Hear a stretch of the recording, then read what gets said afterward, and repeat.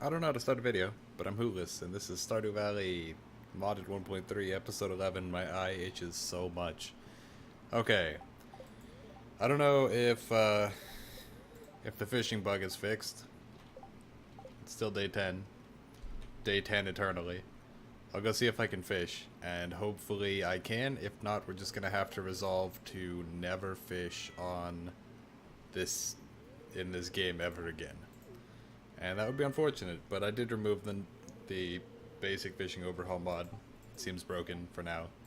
Maybe somebody can get it fixed. Working. There we go. Somebody can get it working. Excuse me. This thing's name is gonna be Binu, sure, whatever. Maybe somebody can get the overhaul mods for fishing working together. I'm not gonna waste time on it. Just takes too much effort. Yeah, it's just Robin for the 7,000th time. I'm gonna go fish. Hopefully it works. I don't know why it wouldn't, but we will test just to be sure before watering my crops so I don't have to do it multiple times.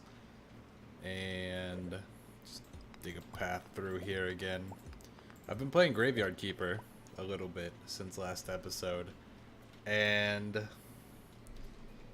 I feel kind of conflicted about it. On the one hand, it is pretty fun at first, but it's super grindy, and the more I play it, the less I'd recommend it because of how grindy it is. If you're into the grind, maybe you'd be into it. Just feels like a lot of time is wasted, and it takes up a lot of time in the game to do that. Like, if you want to walk into town, it's such a long way, and the days are so short, and energy so like scarce that you can't. Like, you can walk into town, and then you can walk back, but unless you're just going there to talk to somebody and then immediately leaving, also fishing does look like it's fixed. I mean, not fished. Unless you're like going into town, talking to one person, and then immediately leaving, it takes up most of the day in Graveyard Keeper. And I mean, I guess that's not inherently a problem. The problem comes in that, like I said, energy is pretty scarce until you can get some technologies down and start actually cooking and figure out how the cooking system works in general so that you can consistently make yourself food that actually restores a lot of energy. And it's just a huge pain. And on top of that, you are a graveyard. Oh, I leveled up. Interesting.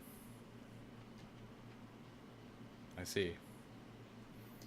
You are a graveyard keeper, so bodies come in every day for you to deal with, like, prepare for burying and then bury and then set up the grave and all that. And I don't think it forces you to do it, so you could just not do it.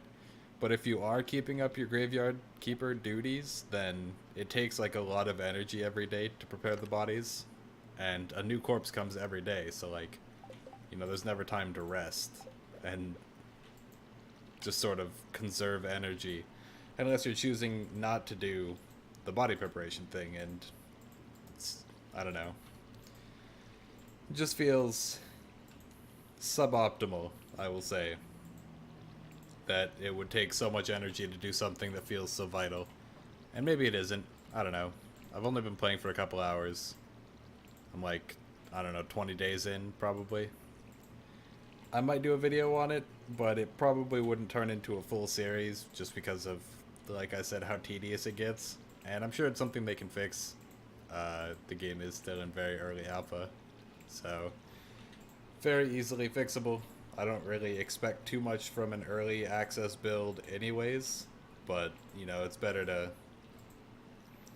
to air grievances during the alpha phase instead of, like, holding back from giving harsh criticism because it's in early access, so it should be given leniency. Because, if nobody ever tells them, hey, your game's super tedious, you should probably fix that, then they never will, and then it'll remain that way forever. So, it's good to speak up and be like, hey, Fix this. Make days longer. Give more energy, or have things take less energy. Or make food recover more. Any of the above, or all of the above even. I want to sell both of these. I don't know, I guess I could fish. Wasn't I doing, like, mine stuff? I don't really remember. I do, however, I believe you need foraging for the tapper, like level 3 foraging or something. So I'm going to look around and I'm going to chop down some trees. Not on the farm, of course, because we want to keep those. Can I get to that? I don't think so. Because if I could get to that, I could get to everything else back there. The fences usually denote places you can't get behind. This fence being an exception, of course. Nice. Neat little artifact. Oh yeah, I forgot that we get the community center shenanigans cutscene. Because it's sunny and it's after the 5th, 4th? Somewhere in there, of the first spring. It's been a little bit harder, and I think I've talked about this, it's been a little bit harder to trigger that cutscene with this, this set of mods installed, because Climates of Ferngale makes it so that it's, like, rainy a lot more often, in the spring at least. So it's much harder to get a day where it is sunny quickly. Are there trees up here? Yeah, there's a tree. Can I cut this tree? Nope. Can I cut either of these trees? I get the feeling it's a no. It is a no. Do I get foraging experience for harvesting this? I do. It's actually like a lot of foraging experience for getting those. Way more than trees, way more energy efficient. So I'll go around picking up that. Chop this tree.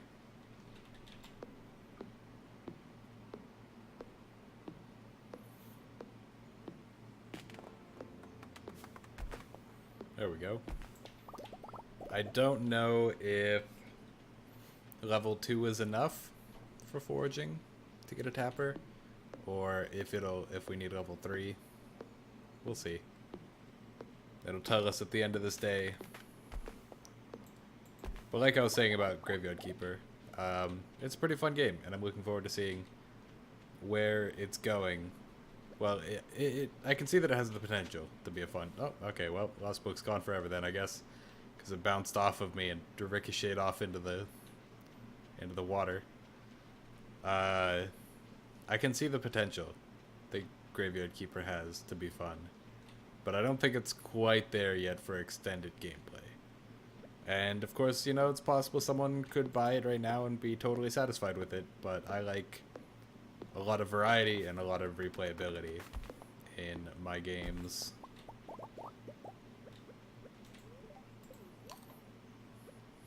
It does do a lot of novel things, though. Like, instead of burying bodies, you can throw them in the river. I don't know if there's actually a penalty for that yet. I assume eventually there's gotta be, that once they're like, we've sent you 50 bodies and there's only one plot in the graveyard, what's up? And, you know, they discover you've sent 49 corpses down the river. Somebody's bound to be a little bit worried, at least. So it's interesting that you can do that. And I haven't tried, but maybe you can throw corpses in the well as well. Because when I drew up some buckets of water from the well, it was like, you know, it said perfectly healthy water or something like that. Perfectly clean water. So it makes me curious about whether or not you can throw corpses in the well. It also seems like there's not a lot of purpose. One of the things you can do is you can perform autopsies, and you can remove parts from the corpses. It starts out with just being able to remove like a little bit of meat, and turns into, you know, blood, fat. I don't think you can do skin, but I don't remember. But, you know, brain, skull, heart, other organs. But as far as I can tell, there's like no point to doing so. There's some things that do make sense. Like, you know, harvesting meat from corpses, uh, you can sell it once you get a specific thing in town. So you can make a little bit of money off that. But I don't think there's anything in particular for the other ones yet. Maybe I just haven't played far enough to get those options, or you know, maybe I haven't looked in the right places.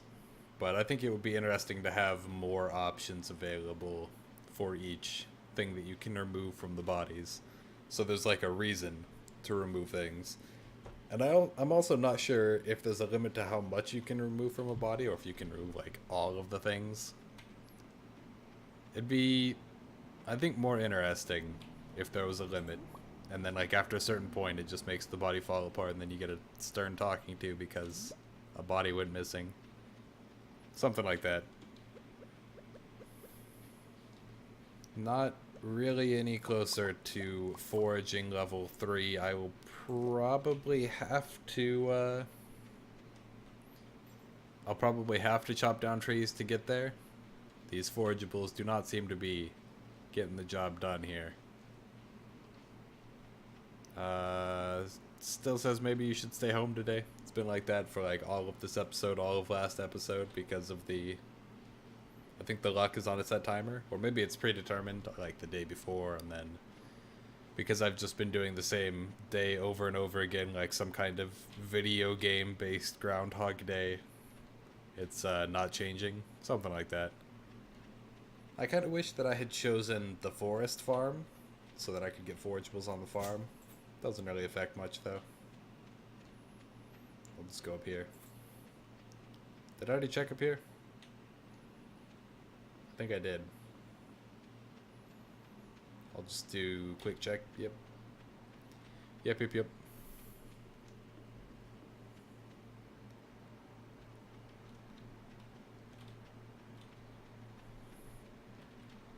All right. Do I want to eat some spring onions? The answer is yes. Yes, I will eat some spring onions. And then go chop down more trees. I guess I could always chop down the trees on the farm. You know, we don't necessarily need like 40 or 50 of each kind of tree. Just interconnected and harvesting tons of resin from them and whatnot. Especially, what's it called? Pine tar?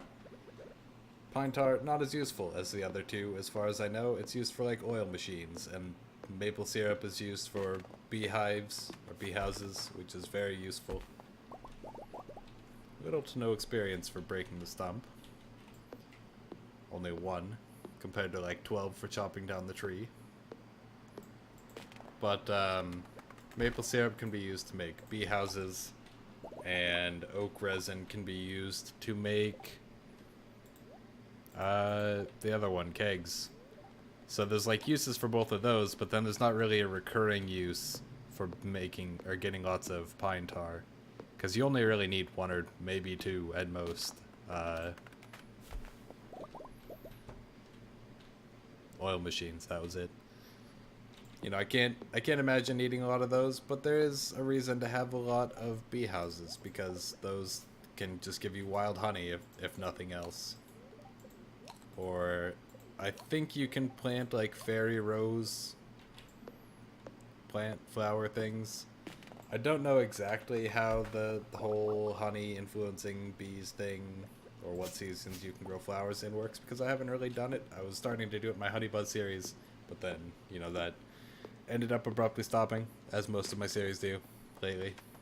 Trying to stop that, but what can you do?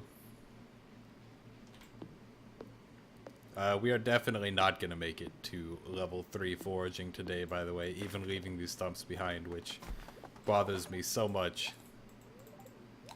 Just eat a bunch of this. Maybe, I mean, we'd have to chop down probably 10 trees or more, because it's 10. Well, what time it is doesn't really matter.